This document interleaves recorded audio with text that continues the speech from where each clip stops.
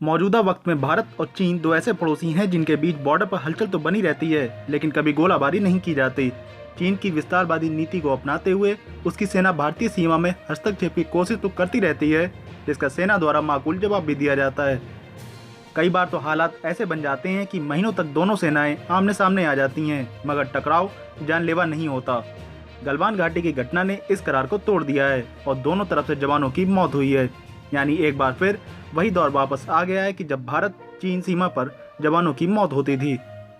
दोनों देशों के बीच सबसे बड़ा टकराव 1962 में हुआ था, जो युद्ध में तब्दील हो गया और 1962 में चीन को जीत मिली थी। कहा जाता है कि भारत युद्ध के लिए तैयार नहीं था, जिसके चलते उसे शिकस्त झेलनी पड़ी। हालांकि उस लड़ाई में भी कुछ क्षण ऐसे रहे जब भारतीय सेना ने अपना लोहा मनवाया, लेकिन 1967 में तो सेना ने चीन को सबक सिखा दिया। 1967 में भारतीय सैनिकों ने चीन के दुस्साहस का मुंहतोड़ जवाब देते हुए सैकड़ों चीनी सैनिकों को न सिर्फ मार गिराया, बल्कि उनके कई बंकरों को भी ध्वस्त कर दिया। नाथुला दर्रे की वो घटना आज भी चीन के लिए एक बड़ा सबक मानी जाती है। 1967 का टकराव तब शुरू हुआ जब भारत ने नाथुला से सेवला तक तार लगाकर बॉर्डर को परिभाषित किया। 14,200 फीट पर स्थित नाथुला दर्रा तिब्बत सिक्किम सीमा पर है, जिससे होकर पुराना गैंगटोक यातुंग लिहाजा व्यापार मार्ग गुजरता है। 1965 के भारत पाकिस्तान युद्ध के दौरान चीन ने भारत को नाथुला और जेलेपला दर्रे खाली करने को कहा। भारत के जेलेपला तो खाली कर दिया, लेकिन नाथुला दर्रे पर स्थिति पहले जैसी ही रही। इसके बाद से ही नाथुला विवाद का केंद्र बन गया।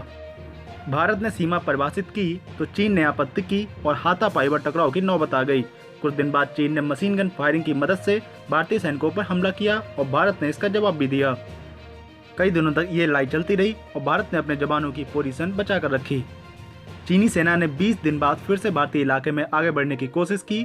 अक्टूबर 1967 में सिक्किम तिब्बत बॉर्डर के चोला में यह घटना हुई थी और यह जगह नाथुला के पास ही थी। कुछ जवानों की शहादत के बावजूद भारत ने तब भी चीन को करारा जवाब दिया और चीन को अपने इरादों के साथ पीछे धकेल दिया। तब भारतीय सेना के ऐसे तेवर देखकर चीन भी हैरान रह गया था। उस समय भारत के 80 सैनिक शहीद हुए थे, जबकि चीन के 300-400 सैनिक मारे गए थे। 1967 की यह शिकस्त चीन कभी हजम नहीं कर पाया और लगातार सीमा पर टेंशन बढ़ाने की कोशिश करता रहा। ऐसा ही एक मौका 1975 में आया। अरुणाचल प्रदेश के तुलुंगला में असम राइफल्स के जवानों की पेट्रोलिंग टीम पर अटैक किया गया। इस हमले में 4 भारतीय जवान भी शहीद हुए। इस घटना पर भारत सरकार की तरफ से कहा गया कि 20 अक्टूबर 1975 को चीन ने LAC क्रॉस पर भारतीय सेना पर हमला किया। हालांकि चीन ने भारत के इस दावे को नकार दिया। चीन की तरफ से कहा गया कि भारतीय सैनिकों ने LAC क्रॉस पर चीनी पोस्ट पर हमला किया और पूरी घटना को जवाबी कार्रवाई। 1987 में भी टकराव देखने को मिला। ये टकराव तवांग के उत्तर में समदोरांग चू रीजन में हुआ। भारतीय फौज नामका चू के दक्षिणी में ठहरी थी, लेकिन एक IB टीम समदोरांग चू में पहुंच गई। ये जगह न्यामजंग चू के दूसरे किनारे पर है। समदोरंग चू और नामका चू दोनों नाले न्यामजंग चू में नदी में गिरते हैं। 1985 में भारतीय फौज पूरी गर्मी में यहाँ डटी रही, लेकिन 1986 की गर्मियों से पहुंची तो यहाँ चीनी फौजें पहले से ही मौजूद थीं। समदोरंग चू के भारतीय इलाके में चीन अपने तंबू गाड़ चुका था। भारत ने पूरी कोशिश की कि चीन को अपने सीमा में लौट जाने के लिए समझाया जा सके, लेकिन अड़ियल चीन मानने को तैयार ही नहीं था। भारतीय सेना ने ऑपरेशन फाल्कन चलाया और जवानों को विवादित जगह एयरलैंड किया गया। जवानों ने हाथुंगला पहाड़ी पर पोजीशन संभाली, जहां से समदोई चू के साथ ही 3 और पहाड़ी इलाकों पर नजर रखी जा सकती थी। लद्दाख से लेकर सिक्किम तक भारतीय सेना तैनात हो गई। हालात काबू में आ गए और जल्द ही दोनों देशों के बीच बातचीत के जरिए मामला शांत हो गया।